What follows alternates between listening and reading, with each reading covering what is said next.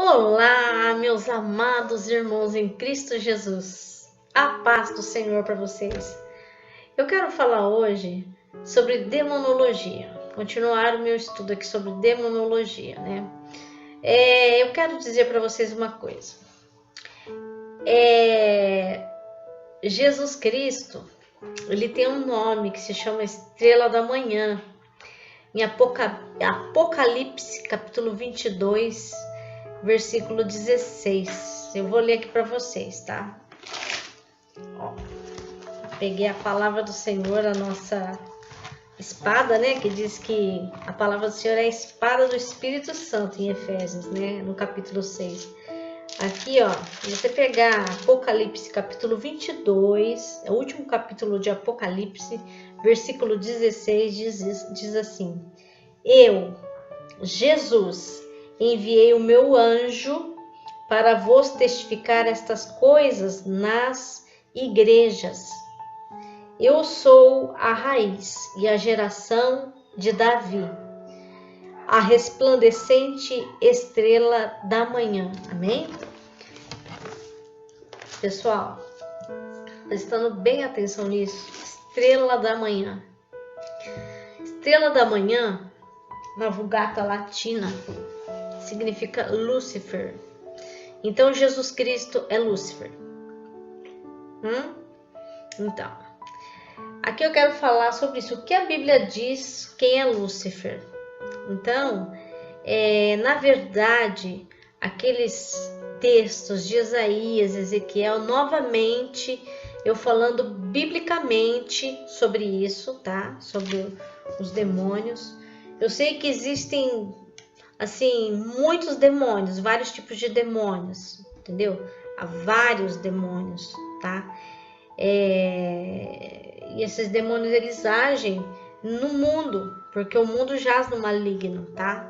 Mas aqui na Bíblia, na Bíblia, em Ezequiel, do capítulo, deixa eu só ver aqui, qual capítulo que é?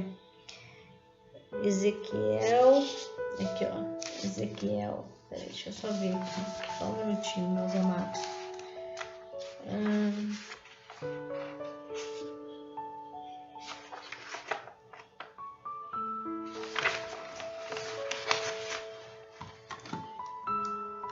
No texto de Isaías, tá?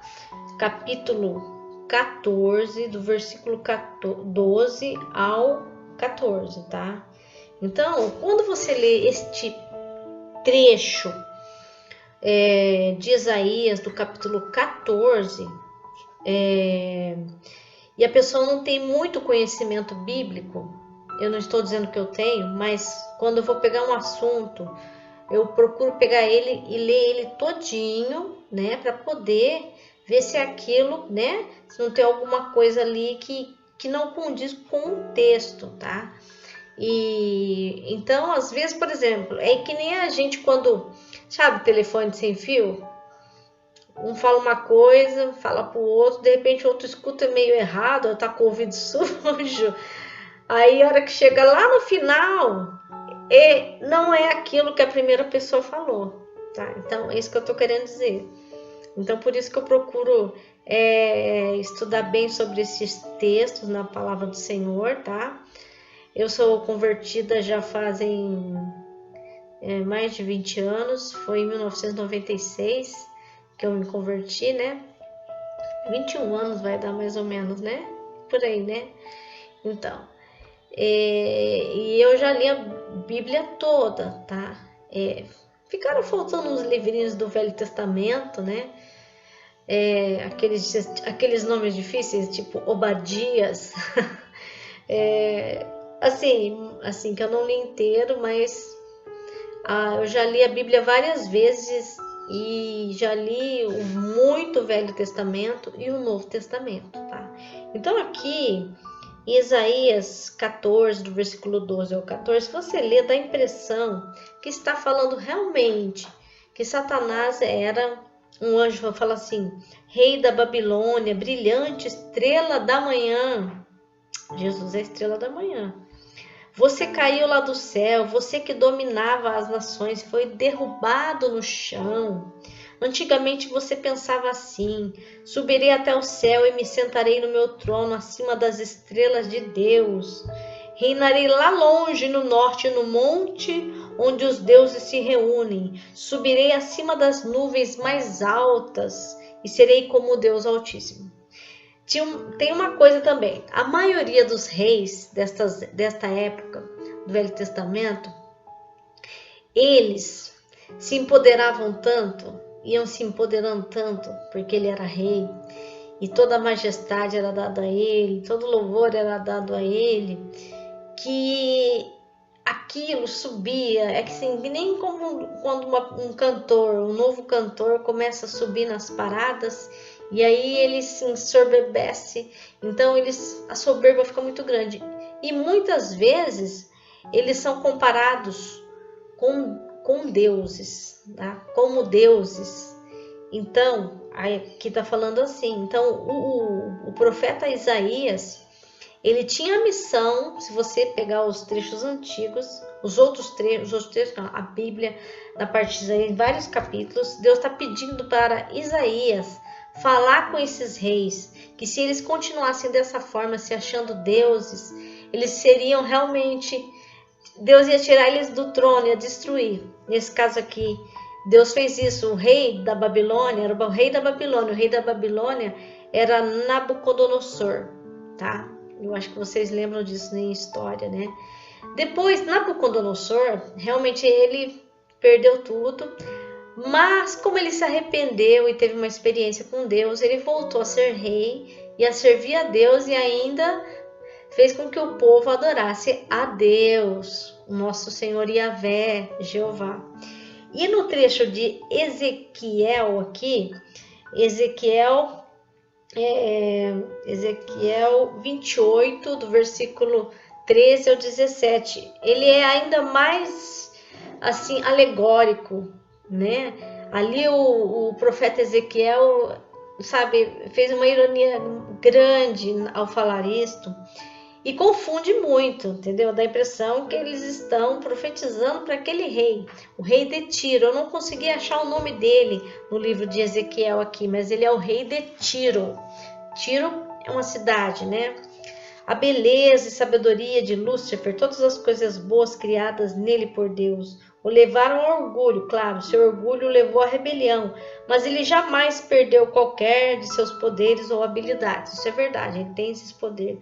Aí, aqui fala assim, Ezequiel: você vivia no Éden. Fala isso, pronto. A pessoa falou, tá falando, né? O jardim de Deus. Você vivia no Monte Santo. Você vivia no Monte Santo e andava pelo meio de pedras brilhantes. Que o céu é cheio dessas coisas lindas mesmo. A sua conduta foi perfeita desde o dia que foi criado, até que você começou a fazer o mal. Você ficou ocupado. Aí essa parte, olha, percebe bem. Você ficou ocupado comprando e vendendo. Como ele ia ficar ocupado comprando e vendendo lá no céu? Tá? Pensa nisso, porque lá na cidade de Tiro tinha muita vendas de comércio marítimo, entendeu? Então você ficou muito ocupado comprando e vendendo, e isso levou à violência e ao pecado. Por isso, anjo protetor, eu humilhei e expulsei do monte de Deus, no meio das pedras brilhantes. Você ficou orgulhoso por causa da sua beleza. Então eu o joguei no chão a fim de servir de aviso para os outros reis. Ezequiel também era um profeta que Deus pedia para falar aos reis, que se eles continuassem naquela soberba, querendo ser igual a Deus, se achando deuses, né? Porque parece que eles ficavam loucos. Deus ia fazer isso com eles, e foi o que Deus fez com o rei de Tiro aqui. Na palavra, se você continuar lendo a palavra, você vai ver que ele continuou fazendo isso. Então, eu continuo afirmando isso, tá? Que esses trechos não devem ser usados para falar que está falando sobre Satanás, sobre Lúcifer. E eu digo, que pode ser que isto tenha acontecido, sim, que Deus criou os anjos todos bons, mas um deles se rebelou contra Deus, e pode ter sido Satanás, né, que significa adversário. O nome Lúcifer é frequentemente aplicado a Satanás, mas não há base bíblica por causa disso, tá? Para esta ideia, a palavra Lúcifer é a tradução em algumas bíblias, ainda que não nas versões portuguesas mais comuns, tá? Da palavra hebraica Hélio, em Isaías 14:12, versões bem conhecidas como a Revista e Corrigida, a Revista Atualizada 1 e 2, e a linguagem de hoje traduzem esta palavra como estrela da manhã, tá? A palavra Lúcifer é uma palavra do latim, tá? Idioma antigo, e significa portador da luz. Lux ou lucis mais ferre. Quem traduziu a Bíblia para o latim foi Eusébio Sofrônio, tá? Jerônimo. Eusébio Sofrônio Jerônimo. E essa tradução é conhecida como Vulgata Latina, tá? Na Bíblia, em latim, o substantivo Lúcifer, substantivo, aparece 6 vezes, a saber. A palavra Lúcifer aparece em Jó, no capítulo 11, versículo 17, referindo-se ao amanhecer. A palavra Lúcifer aparece em Jó, capítulo 38, versículo 32, referindo-se às estrelas. E a palavra Lúcifer aparece em Salmos, no Salmo 110, versículo 3, na Vulgata apenas, referindo-se ao amanhecer, tá? Então, nós temos que tomar muito cuidado mesmo. O demônio existe, tá? Eu sei que ele existe, que existem vários tipos de demônios, mas nós temos que tomar muito cuidado, meus amados irmãos, com isso, tá? E eu queria falar uma coisa para vocês, né? A palavra Lúcifer aparece em 2 Pedro 1,19, referindo-se, por incrível que pareça, a Jesus, tá? Você pode pegar lá 2 Pedro, capítulo 1, versículo 19, tá? A palavra Lúcifer aparece em Isaías 14:12, referindo-se ao rei da Babilônia, né? A palavra Lúcifer aparece em Apocalipse 2, versículo 28, Isaías 14, e aparece em Apocalipse, aí o próprio Jesus dizendo, eu sou a estrela da manhã. Apocalipse, capítulo 22, versículo 16, né? Isaías 14 é uma profecia sobre a queda do rei da Babilônia. Este rei exaltava-se, buscando tomar a glória que pertence a Deus. A profecia de Isaías 14 mostra que ele seria derrubado de volta à terra, e foi o que aconteceu mesmo, tá? Ele se arrependeu depois, mas aconteceu isso. É interessante que no Novo Testamento fale sobre a estrela da alva, em 2 Pedro 1,19, né?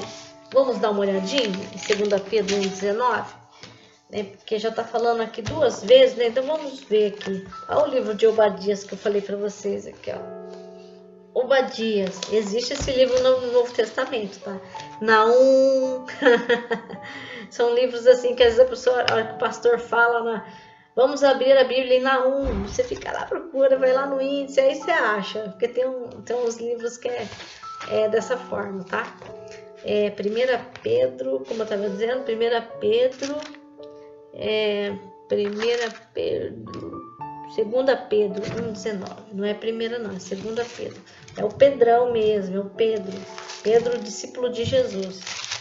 2 Pedro, vamos lá, 2 Pedro,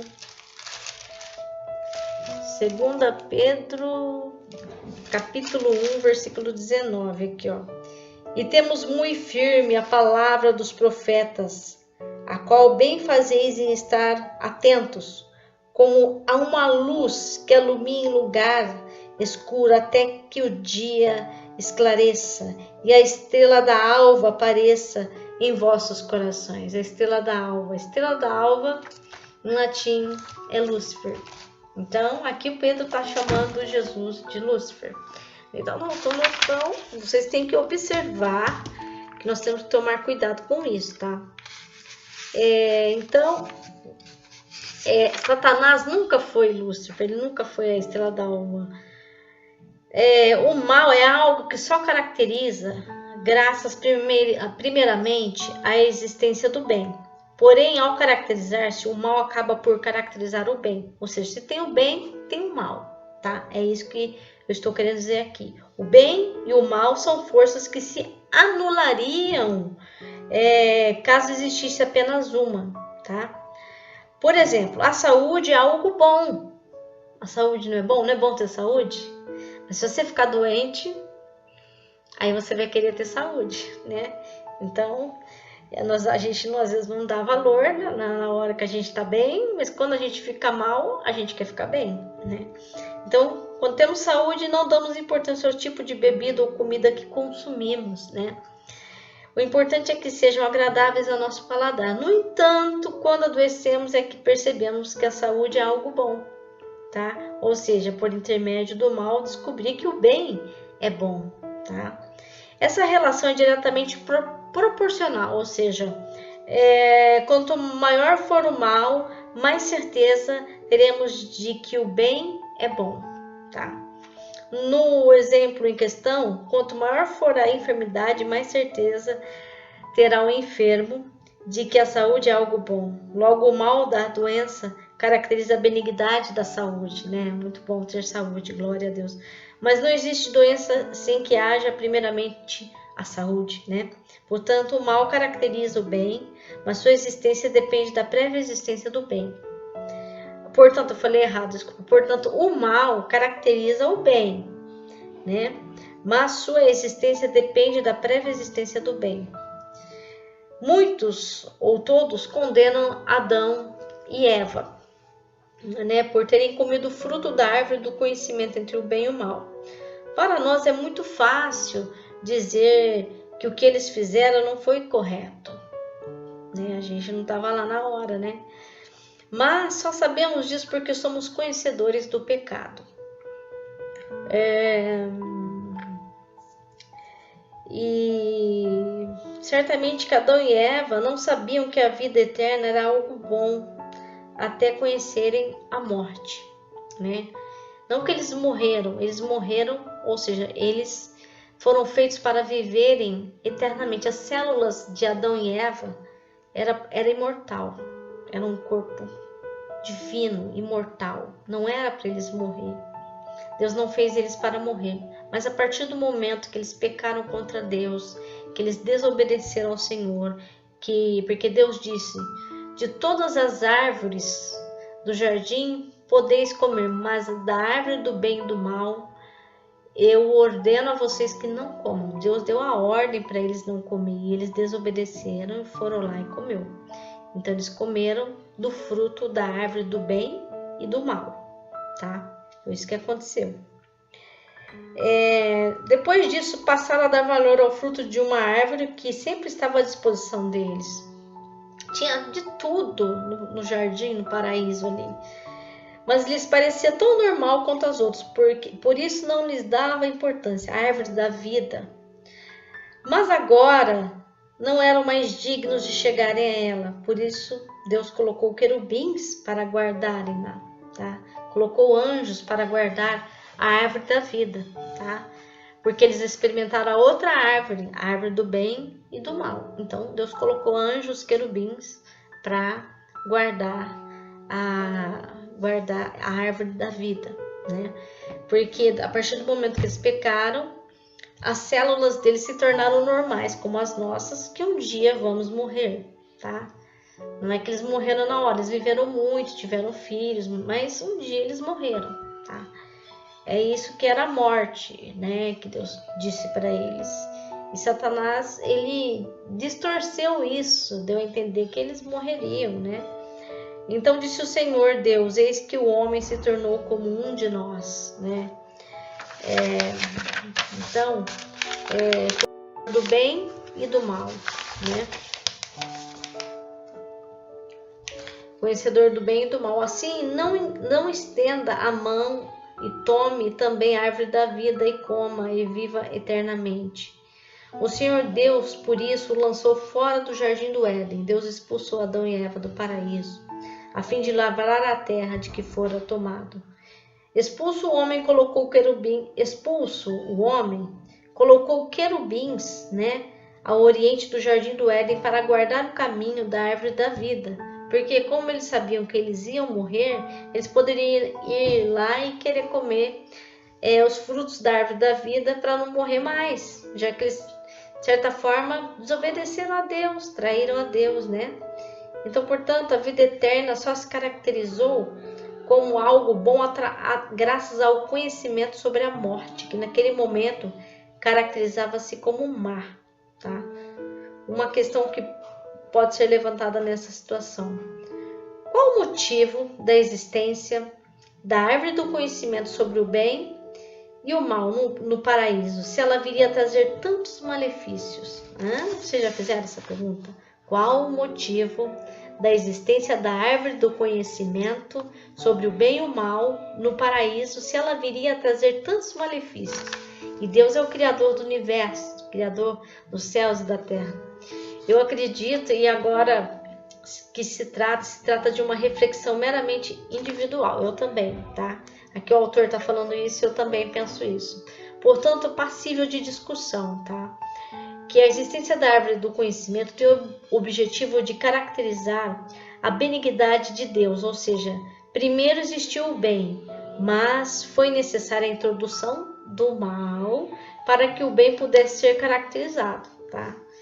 Porque eles conheceram, E com base nisso pode-se chamar o mal, e com base nisso pode-se afirmar o mal já existia no paraíso antes mesmo da criação do homem, mas precisamente no terceiro dia da criação ele surgiu.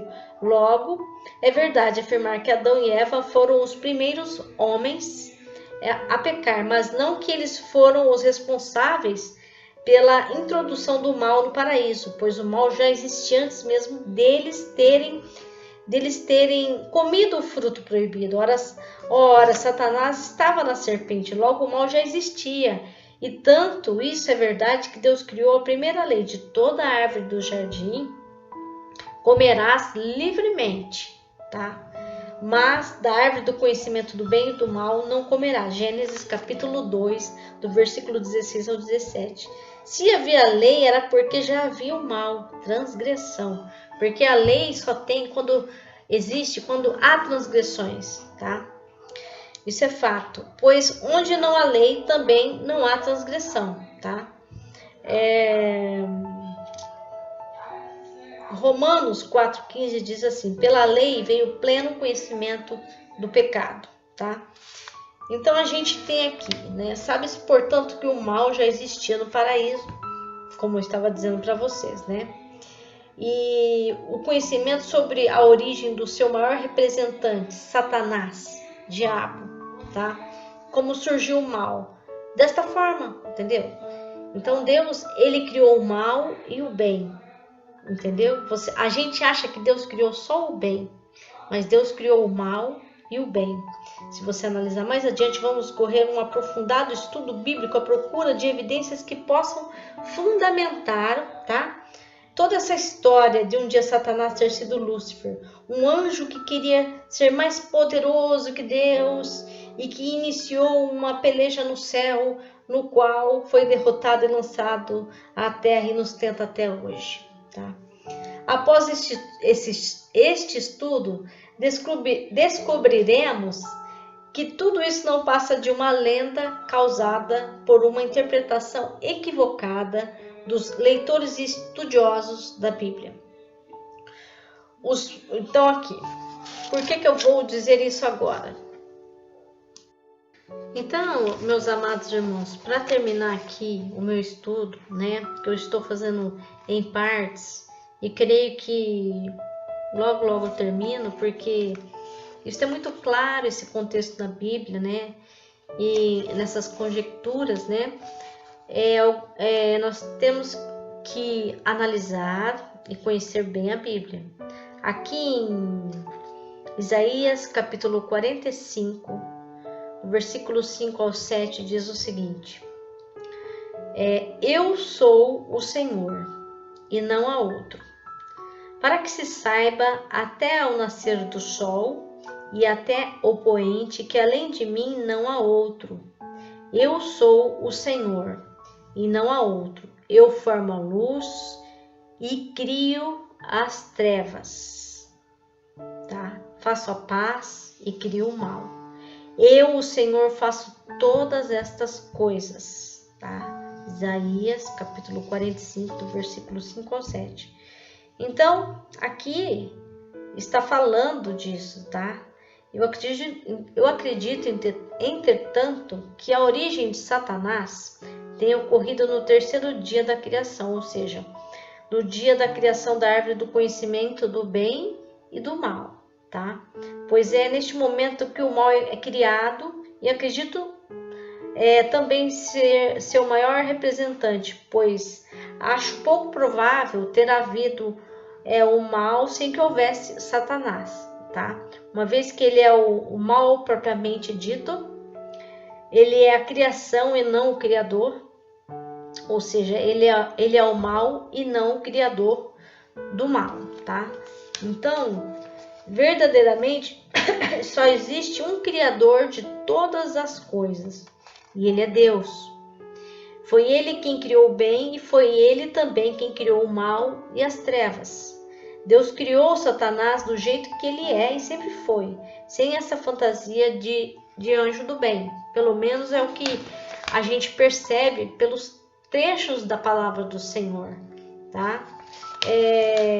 Um poder de Deus, o poder de Deus para dar para Satanás. Assim sendo, Deus é o criador de tudo o que é bom e Satanás o criador de tudo o que é mal. Logo, temos, na verdade, dois criadores? Não, a gente não pode ter. Então, nós temos dois deuses, o Deus do mal e o Deus do bem. Não, Deus criou o bem e o mal, como está escrito aqui em Isaías 45, do versículo 5 ao 7, tá? Então, no princípio criou Deus os céus e a terra. Em Gênesis 1. Este é o primeiro verso da Bíblia. Este é o verso que atesta o princípio de todas as coisas, a criação dos céus e da terra e tudo que neles há. A verdade só existe quando se manifesta em sua total plenitude, tá? Ou seja, ou a verdade é 100%, ou ela não é verdade. 99% de verdade torna-se uma mentira, uma falsa verdade. É exatamente essa falsa verdade que eu prefiro chamar de mentira, que é pregada quando se induz as pessoas a acreditarem nesse tempo e espaço da suposta peleja entre Lúcifer e os habitantes do céu, tá? Há uma grande desarmonia com a palavra de Deus. No que diz respeito ao tempo em que ocorreu a peleja antes da criação. Ora, como é que um estratagema tão tolo se passa por verdade durante tanto tempo, né? Sendo que nós temos tão grandes teólogos, pastores, reverendos, né? Padres, né? Como é que pode leitores em sã consciência acreditar nisso? Só nesse trecho, por isso que a gente não pode ler só aquele trecho, nós temos que ler o contexto todo, o texto todo, entendeu? Então, logo, acreditar que essa peleja representa a expulsão no céu de Satanás, quando este ainda era chamado de Lúcifer e seus anjos, é acreditar numa suposta desarmonia, contradição bíblica, na qual uma hora se afirma em Gênesis que Deus criou o universo e tudo que nele há, e outra hora se afirma em Apocalipse que já havia vida, tempo e espaço antes mesmo da criação dos céus e da terra. Acreditar nessa desarmonia é acreditar que a Bíblia não é a fonte da verdade, é acreditar que ela não é a fonte de inspiração divina. Por isso tem que ser muito bem estudado, tá? Porque nós temos aqui o trecho, só para terminar, né? Terminando aqui, nós temos o trecho aqui de Apocalipse, né? Capítulo 12.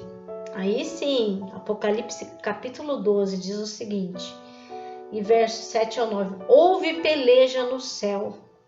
Miguel e os seus anjos pelejaram contra o dragão. Também pelejaram o dragão e seus anjos. Todavia não prevaleceram, nem mais se achou no céu lugar deles, tá? E foi expulso o grande dragão, a antiga serpente, que se chama Diabo e Satanás, o sedutor do mundo. Sim, foi atirado para a terra e com ele os seus anjos. Para os que acreditam na história de Satanás ter sido Lúcifer, esse trecho complementa o trecho analisado no subcapítulo anterior, tá? Ou seja, depois que Deus descobriu a iniquidade no coração de Satanás, teria acontecido essa peleja acima descrita, para expulsá-lo do céu, né? Logo, o que fundamenta esse trecho são exatamente as conclusões infundadas que tiram do trecho do subcapítulo anterior, nada mais ilógico. Porque isso daqui está falando no futuro, é o que vai acontecer, entendeu? Vai acontecer essa peleja entre Miguel e o dragão. O dragão simboliza Satanás, tá? Então, meus amados irmãos, como eu estava dizendo aqui, o substantivo Lúcifer ocorre 6 vezes na Vulgata, né? E significa estrela da alva, luz da manhã, e a aurora, e ao rei da Babilônia, ao sumo sacerdote Simão, filho de Onias, a glória de Deus ou a Jesus Cristo. Jesus Cristo no livro de Apocalipse 22, versículo 16, fala, né? Se autodenomina resplandecente estrela da manhã, o que é diferenciado quando o termo é usado separadamente, estrela da manhã, com poder sobre as nações. Apocalipse capítulo 2, versículo 8, capítulo 2, versículo 28 e 26, Isaías capítulo 14 e 12. Meus amados irmãos, eu termino por aqui, né? Porque eu já excedi meu tempo, eu ando excedendo meu tempo aqui nos meus estudos. Eu peço desculpa para os meus amados irmãos e agradeço, tá? Se vocês ouviram, tá? Se vocês gostaram desse estudo, deixa um like, tá? E compartilha, inscrevam-se, tá? E eu agradeço de todo o meu coração, tá? E digo a todos os meus queridos, amados irmãos cristãos, católicos, evangélicos, espíritas, Shalom Adonai. Amém? Glórias a Deus.